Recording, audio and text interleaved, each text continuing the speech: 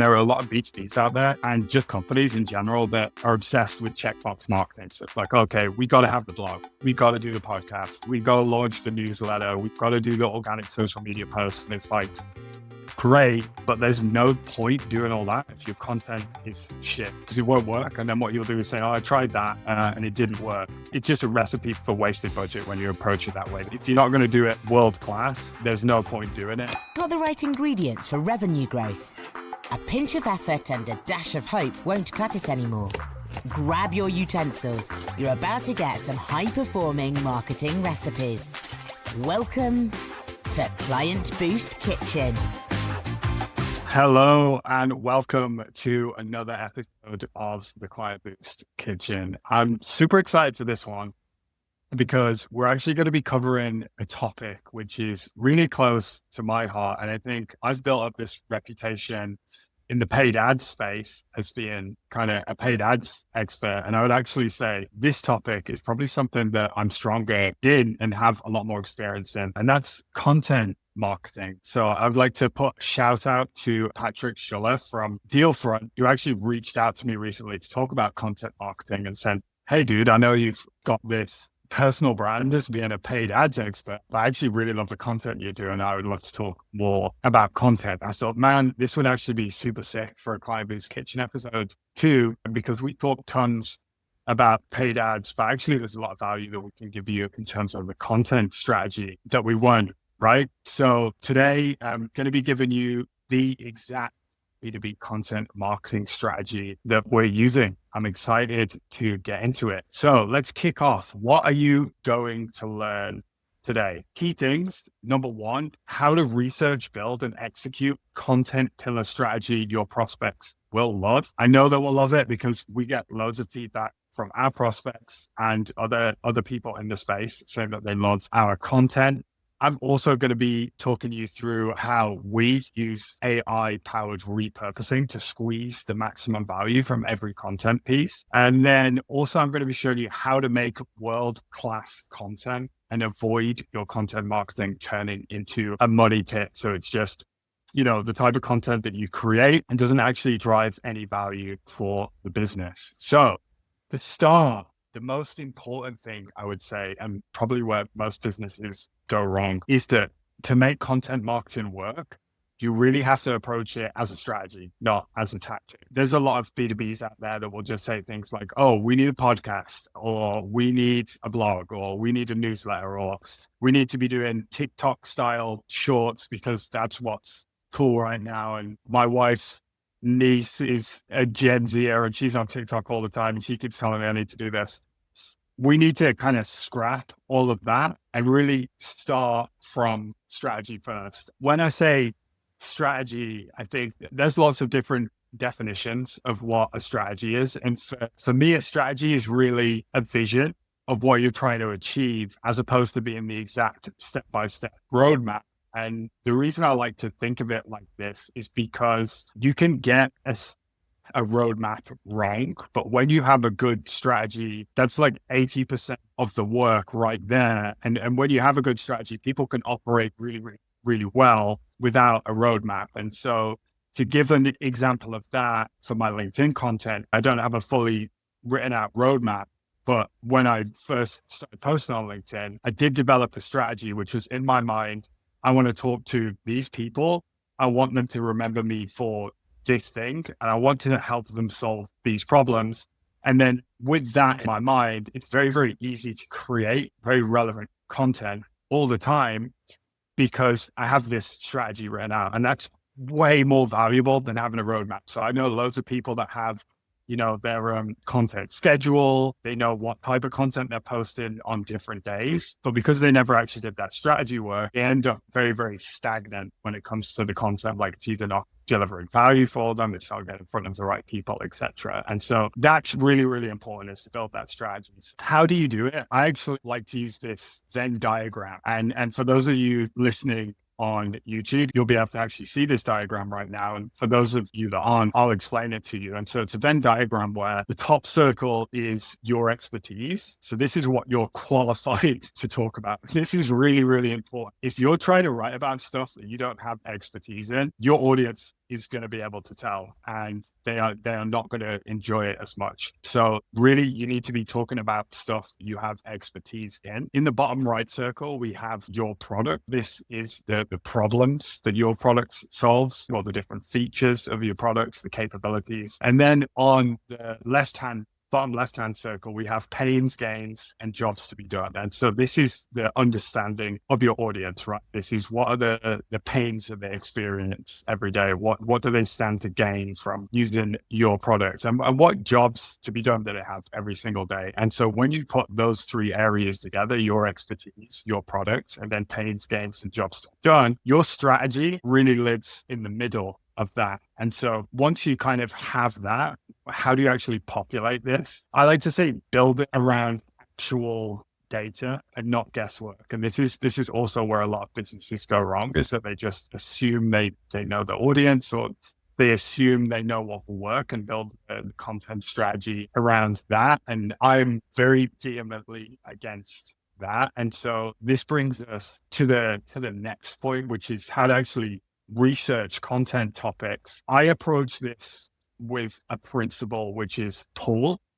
don't push. And so again, lots of businesses will just have an agenda in mind and try and push it onto the market. And I think that potentially can work for some absolute geniuses. Maybe, people like Steve Jobs, for example, might be able to do that. But for most businesses, they can't pull that off. And they're actually much better pulling the ideas from the market. And again, those of you not watching the video version of this, I've got a really ugly diagram to explain this, but it's just a magnet that's pulling ideas from the market, right? That's how you want to approach this. So how do you do that? There's loads of different ways, and you can get creative. I'm very lucky in my role because to some degree I kind of am my own target audience, be it a head of marketing, kind of mid-market, B2B, that's almost exactly my target audience. So I already intuitively know a lot about them.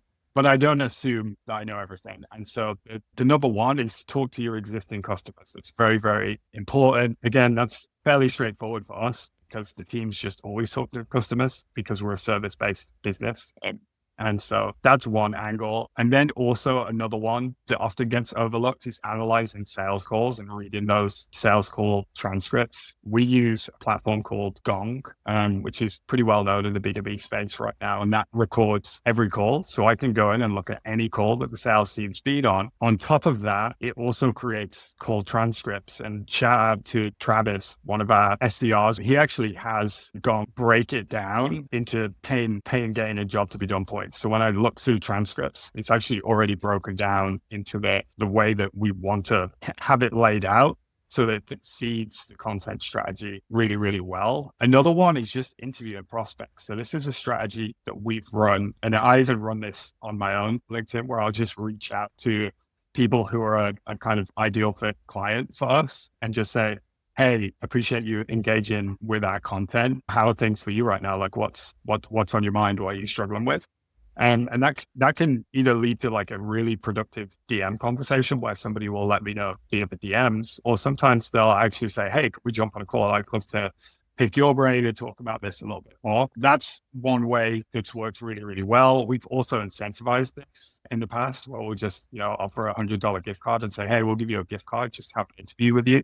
And we found that to be a really great place to get insights from. And then another one is just actually talking to your sales team. So your sales team is honestly a gold mine of information for an inspiration for a content strategy. Marketing leaders should be talking to sales. I definitely don't see as many people talking about sales and marketing alignment as they used to, but it's definitely still a problem. And that's one of those bridges that you can build to actually fix that problem. So that's the in-house side of things. Another way that I found really useful is just find communities where your ideal prospect is too. For me, like I love hanging out on Exit 5. I just love communicating and talking about marketing anyway and share my knowledge of marketing and learning. But it's also for me in my role, people will post the problems that they're experiencing day to day. They'll talk about what strategies are top of mind for them. They'll talk about the different channels that they're potentially thinking about experimenting with. And so for me, just being in that community. It's just great fuel for content ideas that are maximally relevant to our ICP, but it's also a great way to just stay ahead of trends. And so, for example, one thing I noticed recently is by being in that community, I've seen a lot of people talking about brand and how to measure brand.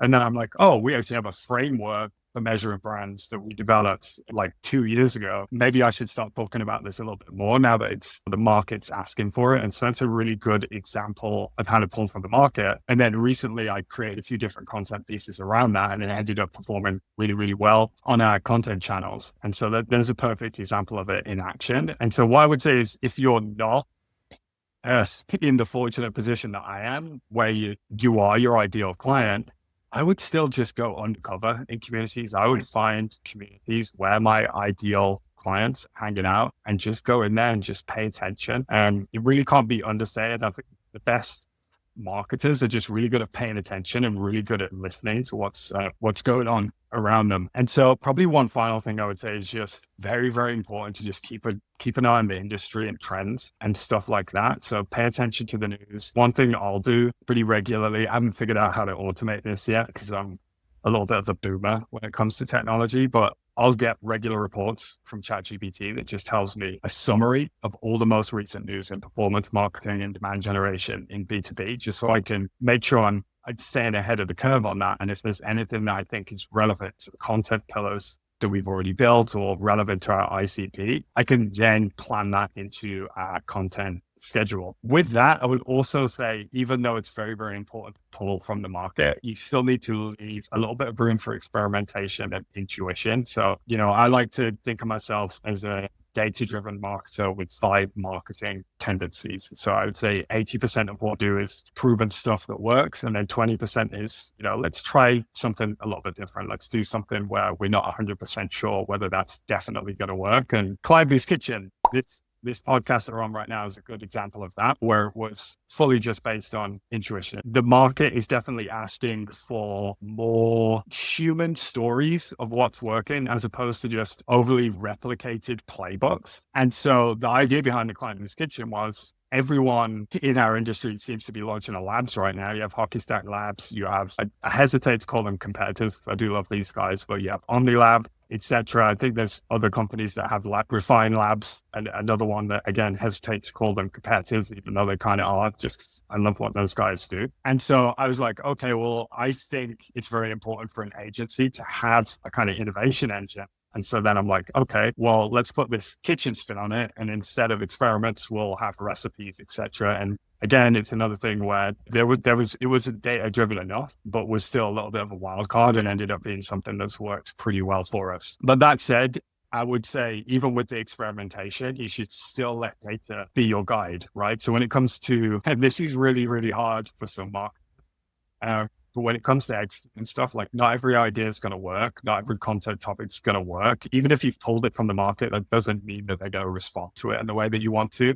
And so you really have to let data be your guide as to what's working and what isn't working, and be humble enough to admit when something didn't land, and either, approach it from a different angle, or just be kind of grown up enough to say, okay, the market didn't want this. I'm just going to stop trying to make it work. So with that, once you have the strategy in place, you've got the topics, what next? So next is actually just creating the content. And so what I really recommend when it comes to creating content is having some form of framework in place to make that content more valuable than just one piece of content. And especially for smaller marketing teams, they don't have tons of resources and loads of budget. You can't just be churning out new content all the time. You need to, squeeze as much value out of every piece of content as you can. And so we have this framework of, we call it multi-use content, which is like a content repurposing engine for everything that we do. And it really, at the moment, all starts with KlientBoost Kitchen. It will evolve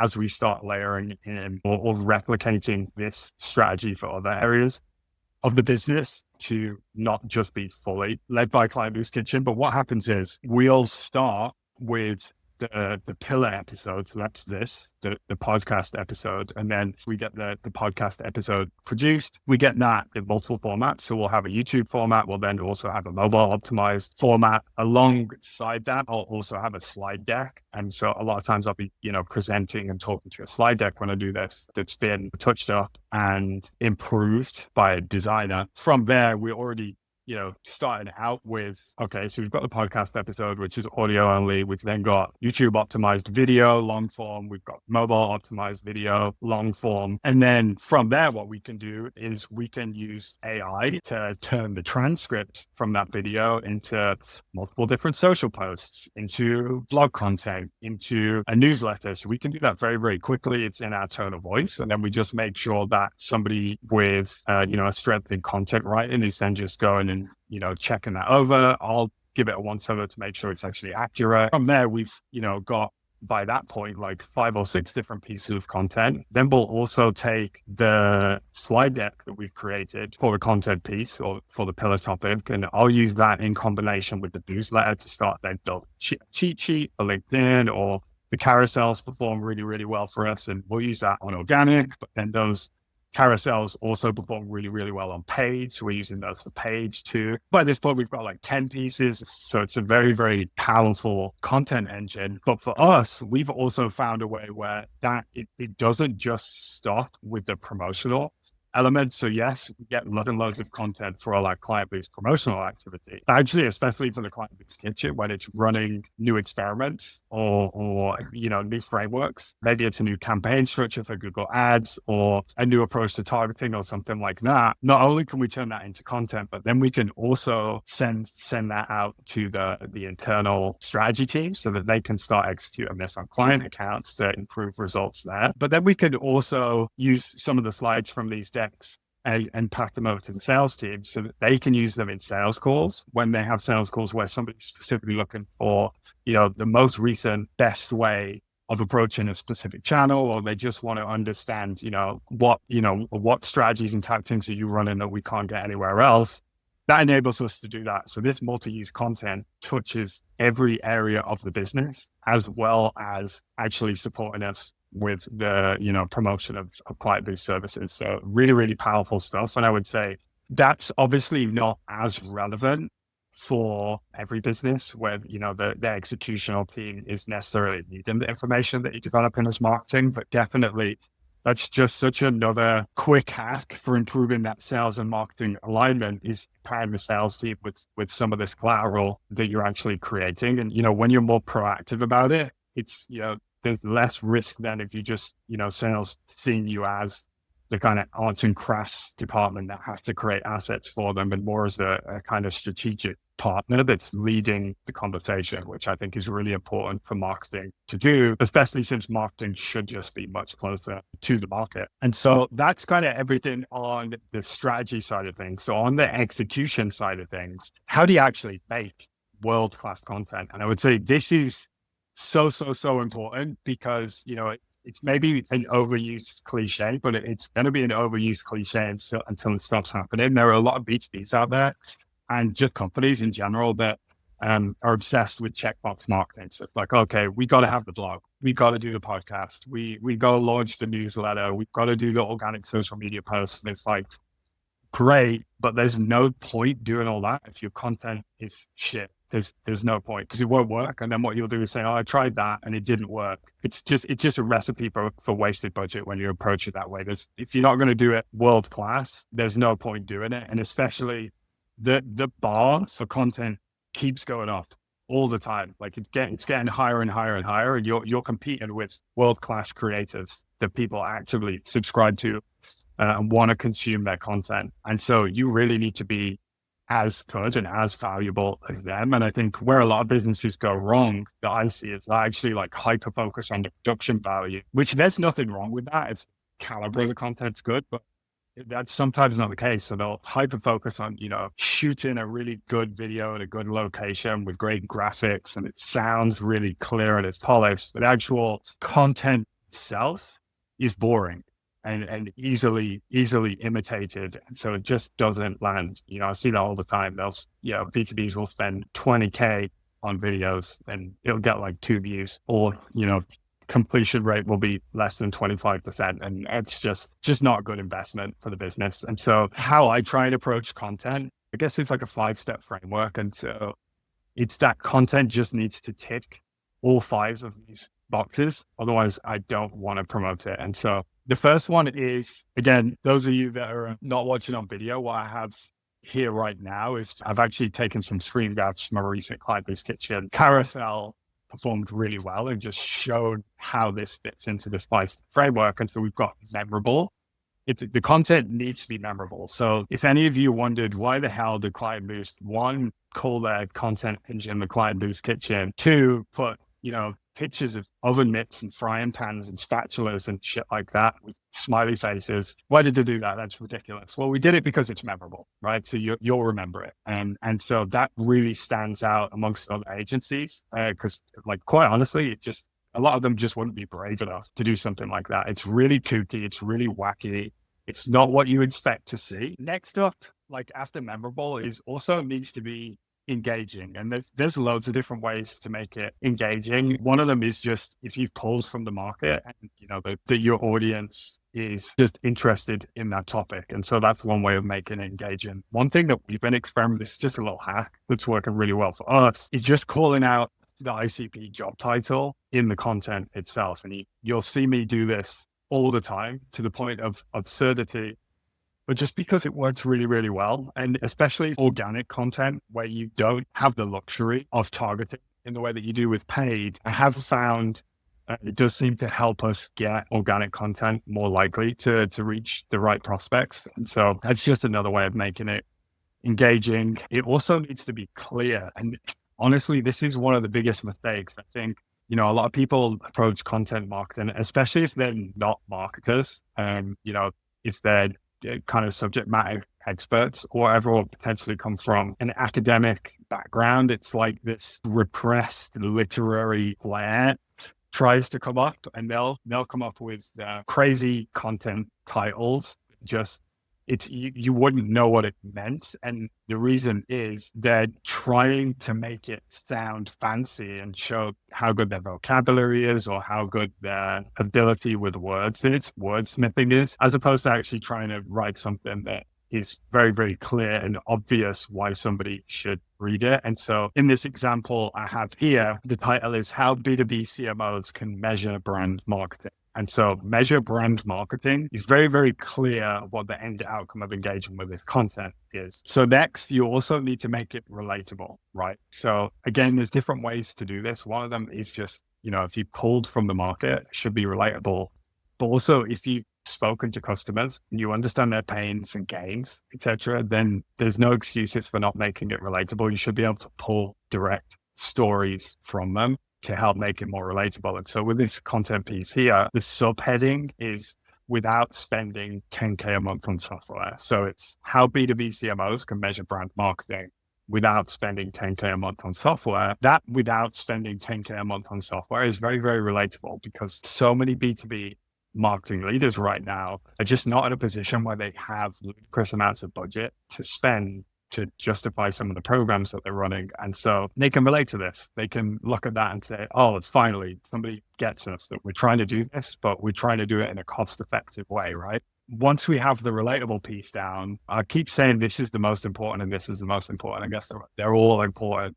It needs to build the correct associations. And this is overlooked so much. Like they need to read your content and be able to tie it back to your product, because if it's not being tied back to your product, it's not going to work, right? Like if they don't know what you do or why you can help them, doesn't matter how good the content piece was, it won't eventually come back to revenue because you won't build the association that when this prospect is having X problem that you solve, you're the Y solution for it. And so what we do to get around that, aside of loads of other different factors, is just have a call to action in every carousel that we do, for example, and most other content pieces where we have a free marketing plan offer. And then the way that we describe that is, looking for a new agency partner to help you drive more pipeline and revenue from your paid ads. That builds the correct association, right? Okay, so we're an agency and we can help you with your paid ads. And so that's kind of like the neat little bow that ties it all together. So quick summary on that: needs to be memorable, needs to be engaging, needs to be clear, needs to be relatable. But all of those things are unimportant if it doesn't also build the right associations. So with that, you pretty much have everything you need to make a killer content strategy here that's data-driven, do what it needs to do. And so the final thing is just to go over like what not to do. And so I want to go through just the top 5 content marketing mistakes that I've seen throughout my career. And number 1 is too much I think, not enough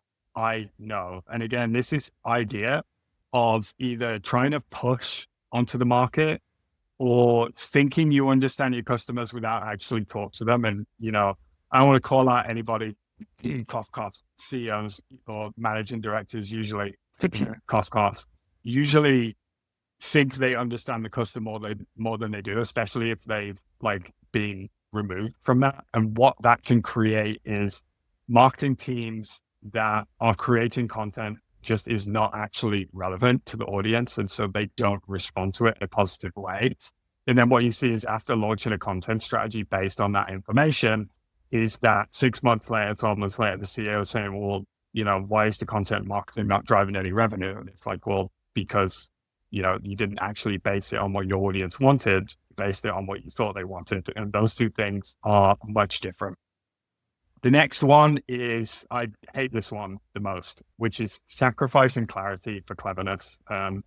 There are no rewards for being flary and flamboyant in marketing. You can add creativity and cleverness after you've already dialed in the clarity. So again, this is just where loads of businesses go wrong, is if, especially for businesses that haven't built up the brand awareness yet, or like a reputation for a specific product, you really can't get away with clever marketing copy. You need to just explain exactly who you're for, why somebody should care, and what you can do for them very, very quickly. They need to understand it in a split second. And I guess there is kind of a scale where as you do get more brand awareness, build more trust in the market, you can probably have more, I guess, like esoteric kind of copy doesn't have as much clarity, but you do have to earn that. And most mid-market businesses are very far away from that. The next one is like content fear of missing out / checkbox marketing. So what happens with this is that businesses try and just do every piece of content imaginable. They've got to be on every social channel, got to do the newsletter, got to do the podcast, got to do the YouTube, got to do everything. And that's fine if you have the resources to do them well. But usually what happens is they'll end up executing multiple things at a mediocre level instead of a few things at a world-class level. And just from my experience, it's way better to do like a handful of things extremely, extremely well than it is to do loads of things poorly. And so, yeah, big one to avoid that. Another one is to do with kind of the execution of the content, which is assuming a base level of understanding. And so what I mean by that is, think when you know something, you kind of assume, this is like, I guess, part of the human condition. When you know something, you kind of assume that everybody else knows that. And so what can happen sometimes with content, especially educational content, is that the writer or the speaker, etc., will assume the audience knows what they know. And so miss out a lot of key details that actually make that content easy to understand. And so that's really, really important to avoid that, because you can quickly create content that doesn't land just because somebody's reading it and they go away and they're like, I have no idea what I just read. And again, this is really down to, if you've done that research and you understand your audience, you understand where they're at, you'll know what you can get away with. But I would just, like, as a rule of thumb, assume they know nothing and start from the beginning in everything that you do. And if you have a piece that requires deep level of knowledge, just point the person into the direction of other pieces of content that can help them fill in the gaps as needed. I think the final one, and this isn't just related to content marketing, to be honest, just marketing in general, and maybe the world, but that's that's a topic for a different day. And it's ego. Ego is probably the biggest content marketing mistake. And what that looks like is when, you come up with a content idea that's your baby, you really want it to work. I've been there many times and it's heartbreaking. You have this idea that you thought was just going to be killer. You spend loads of time on it. And then when you showcase it to the world doesn't want it.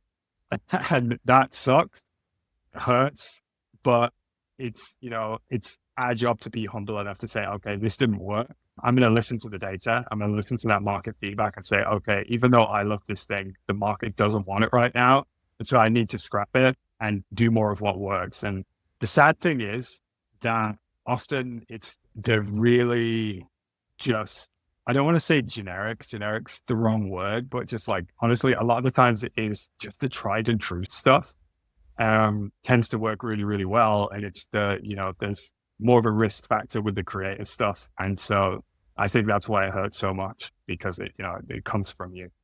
Anyways, with that, that's kind of everything on content marketing playbook. So a lot of useful stuff for you guys to take away from that. And that said, going to wrap up here with the tactical takeaways. So number one, the most effective content strategies don't push ideas onto the market. They pull ideas from the market. Cannot stress this enough. That is the approach that you need to be taking to building a content marketing strategy. Yes, customers and prospects should be your source truths, but don't forget to experiment too. Just don't make experimentation the whole content marketing strategy. Follow that kind of 80-20 rule where it's 80% doing what we know, what works, what's proven, and it's 20% doing the experimentation, which is the wacky ideas like the KlientBoost Kitchen, for example. The final one is just on the quality of the content. I cannot stress enough how important content quality is. Like, especially these days when AI can churn out crap at scale, you cannot get away with having low quality content anymore. And so it needs to be world-class. And remember that world-class content is relatable, clear, engaging, memorable, and builds association. That is everything for this week's KlientBoost Kitchen. Catch you in the next one.